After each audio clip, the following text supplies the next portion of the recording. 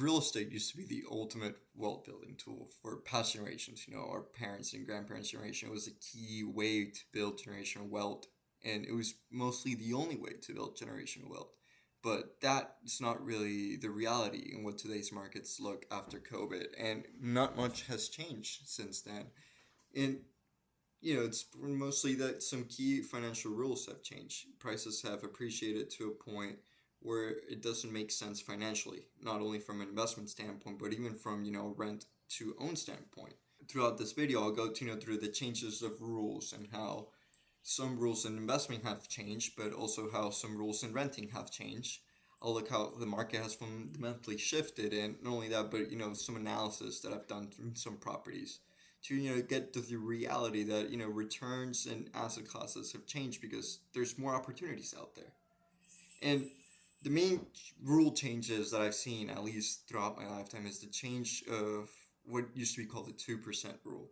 It's the idea that rent should be 2% of a property's cost for it to be profitable. And this made deals viable and more predictable and made them easy. And, it was something that was talked about on podcasts and in, investment forums a lot. But this has slowly changed to the 1% rule. And even then, they're unicorns. They were always, unicorns and hard to find. But it's even rare to even see the 1% rule nowadays because a house will be selling for around $300,000, but it will only realistically rent for $1,200, at least in my market.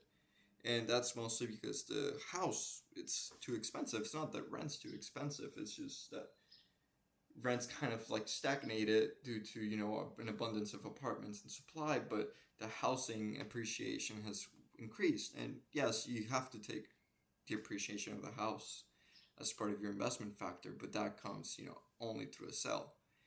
And that's because, the market has fundamentally shifted.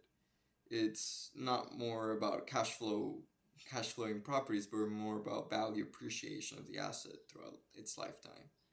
And this high appreciation of the value of the assets of real estate has made it to the point where it's not even convenient for, to own a property, where it's more convenient to rent a property, especially if you're in the inner core of a city or you're, in a desirable neighborhood.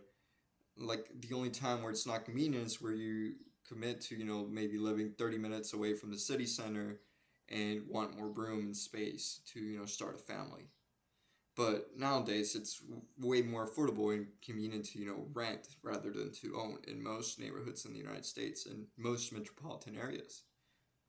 And, this it's also coming with a shift is that, markets as an asset as well have fundamentally shifted. And while in the past, real estate might have been a great asset class for other generations, that was mostly because it was most likely the only asset class in a way or form, or at least the most convenient slash, doing it without knowing that it was an asset class. But nowadays, with financial information and the accessibility of the stock market, it is way easier to, get a broker online that has zero commissions and get the information to, what ETFs to buy, be diversified, to learn what stocks to buy. And it comes into questions like, would you prefer to own a duplex or would you prefer to own Google? Or not Google, so I hope a share of Google. Well, I'll most likely prefer owning a share of Google. I believe that it'll perform way better than most duplexes in the area. The only changes that that owning a duplex does is the ability for me to use leverage to get it.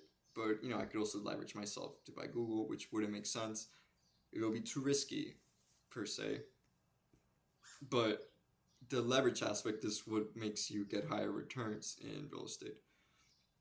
And I've been trying to find properties. I've been looking at around 200 properties in the South Texas region.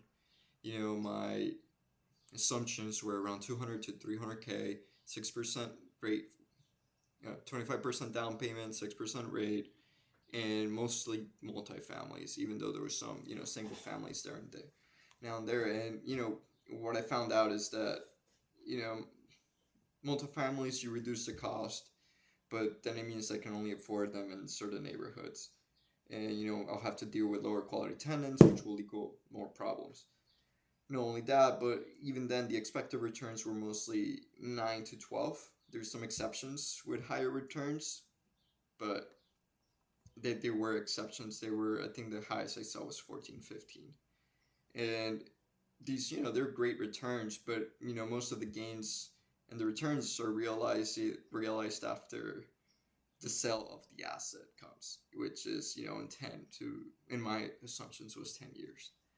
And they were cash flowing, but it was just, around $100 a month. It's pretty disappointing. It wasn't a great amount for the amount you have to commit. And this is where, my discounts was around 7%, because there's a great dividend stocks, my favorite one being Energy Transfer, that offer these dividends at 7% with way minimal risk and me not working. Because, that cash flow, yes, it's $100 a month, but I'm not paying the property manager. I'm being the property manager, which then makes it like, will I be willing to take way higher risks? Because, yes, I'll be leveraged. I'll have to, take care of the property, and, I might move in the future. Or will I be doing a more convenient, I won't have to work for it, get an asset that will work for me without me having to go for it.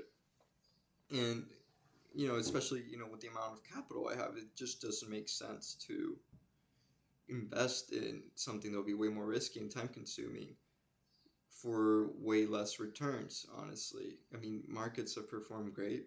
Yes, it's been some exceptional years, but I guess maybe that's why I haven't really considered real estate as a great asset class.